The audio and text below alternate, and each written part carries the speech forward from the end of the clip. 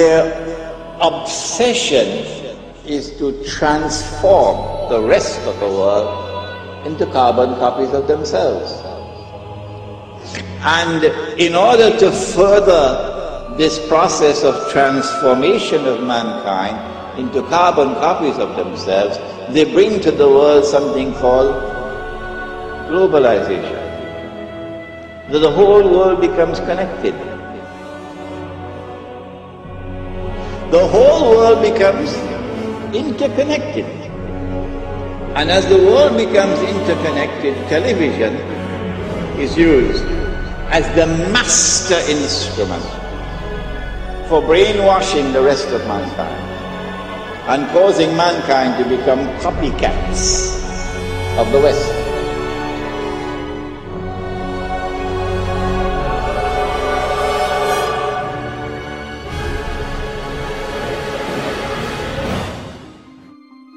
So in a sense, what we're seeing is using branding that is so enmeshed in our culture and in our lives as a way back into our own societies, a way to engage with globalization. Because if you pick up a shoe now, you have the story of globalization in your hand. You have leather that was maybe produced in Argentina, shipped to the Philippines, produced by a Korean subcontractor that went through a Hong Kong broker that was dealing with a company in Oregon. So you're looking at this thing, and if you can deconstruct it, if you can trace all the components through the global economy, and not only that, but find out how much that company that's selling you that shoe spent on advertising last year, and how much money they paid a superstar athlete to sponsor them, then you have the disparities of the global economy in miniature, the winners and the losers.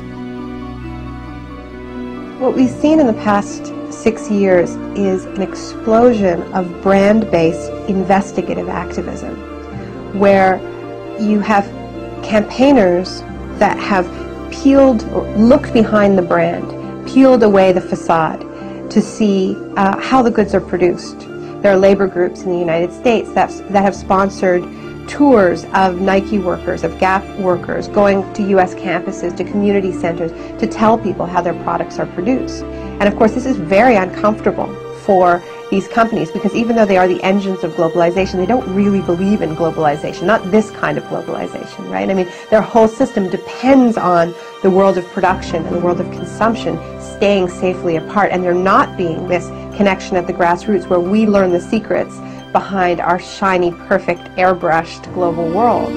So now these brands have become, in many ways, the most visible targets of globalization, so much so that whenever you see a protest, during a protest, there'll be a line of riot cops guarding the Starbucks, guarding the Gap, guarding the McDonald's. And this strikes me as tremendously symbolic, somehow, that they're guarding the facade, the entry point into the world of globalization. And what this activism is doing is it's putting them together. And it's going to the shiny facade of the brand outside the mall, outside the superstore, and saying, we know how your products are produced. That's what these campaigns do. They make globalization real. They say, it's about the food that you eat, it's about the clothes that you wear, it's about the toys you buy your kids.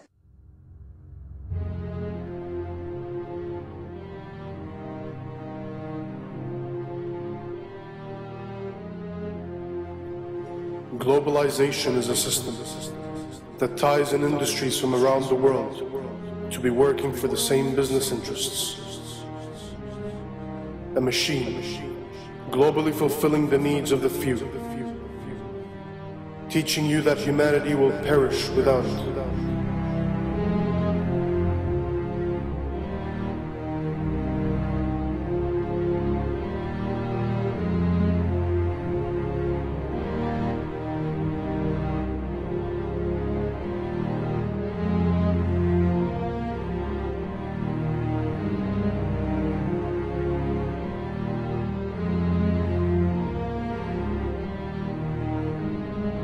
In a globalized world, corporations become living, breathing persons, a modern-day slave master.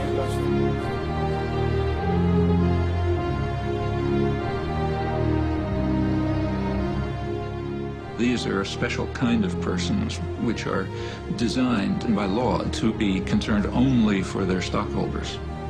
and not say what are sometimes called their stakeholders, like the community or the workforce or whatever.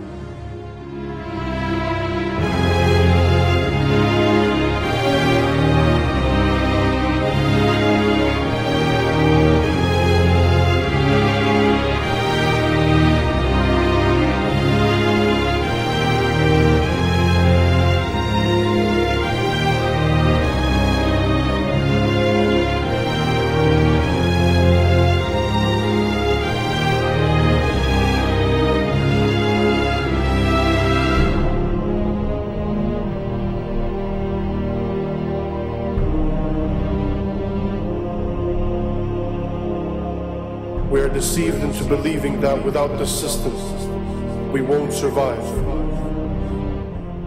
But in fact, the system won't survive without our support. Just like a beehive, it needs its drones. People who will never ask questions, people who will never step out of line, who will begin to need the prison they are in, depend on it, love it.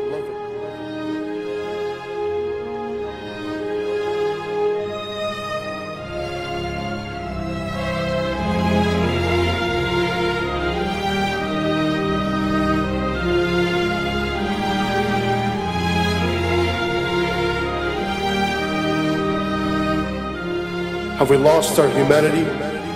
Have we become the gears of the machine? A machine which only survives by feasting on us, guzzling us up, digesting us, only to excrete out its capital.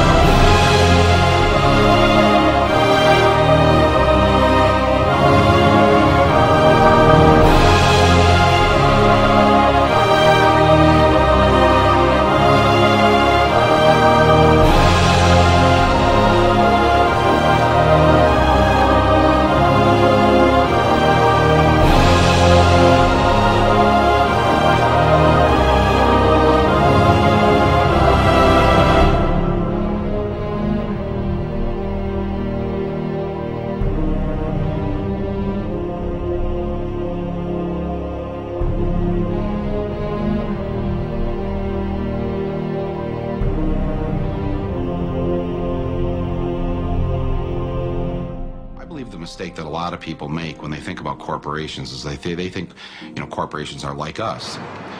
General Electric is a kind old man with lots of stories. Nike. Young. Energetic. Microsoft. Aggressive. McDonald's. Young, outgoing. Monsanto. Immaculately dressed. Disney. Goofy. The Body Shop. Deceptive. They think they have feelings, they have politics, they have belief systems. They really only have one thing, the bottom line. How to make as much money as they can in any given quarter. That's it. Of course they make a profit, and it's a good thing.